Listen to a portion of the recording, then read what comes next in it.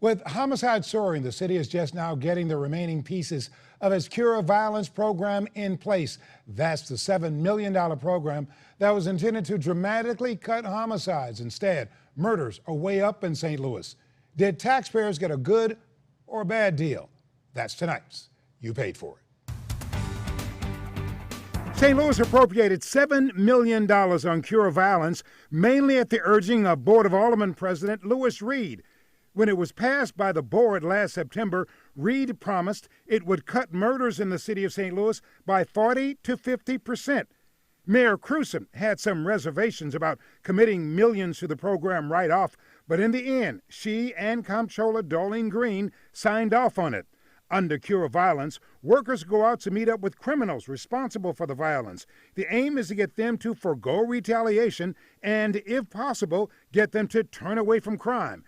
Instead of going down, though, murders are going up, around 30% from a year ago.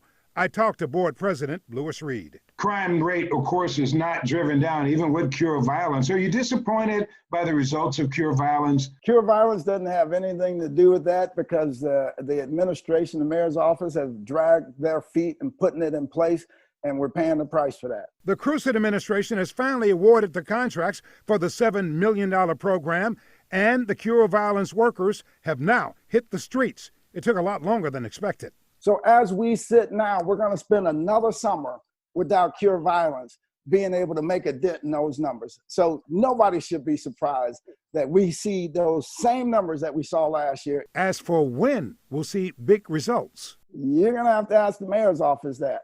I did. The Crewson administration made available Dr. Frederick Eccles, the acting director of health, and Sal Martinez, whose company got contracts to implement Cure Violence. We had COVID-19 happen.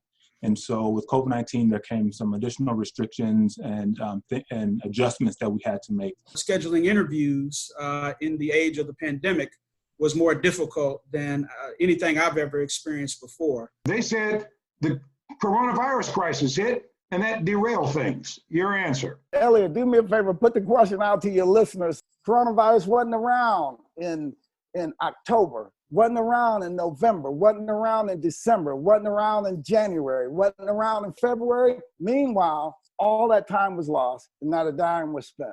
The huge question for taxpayers and crime-weary residents is, what about now? How long do you think it'll be before we see a 40%, 50% reduction in murders in this city? Again, that's not something I can predict, right?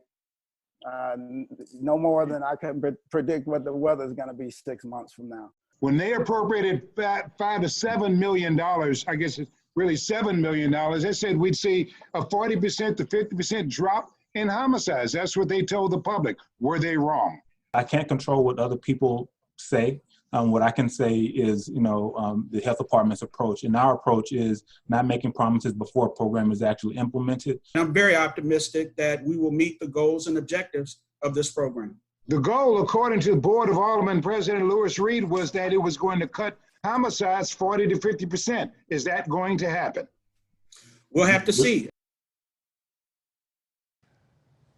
And so, as things stand now, no one can tell me when or if Cure Violence will bring about a 40 to 50% cut in homicides. Right now, no one can promise that you will get your tax dollars worth. It seems to be a case of only time will tell. Of course, I'll keep watch.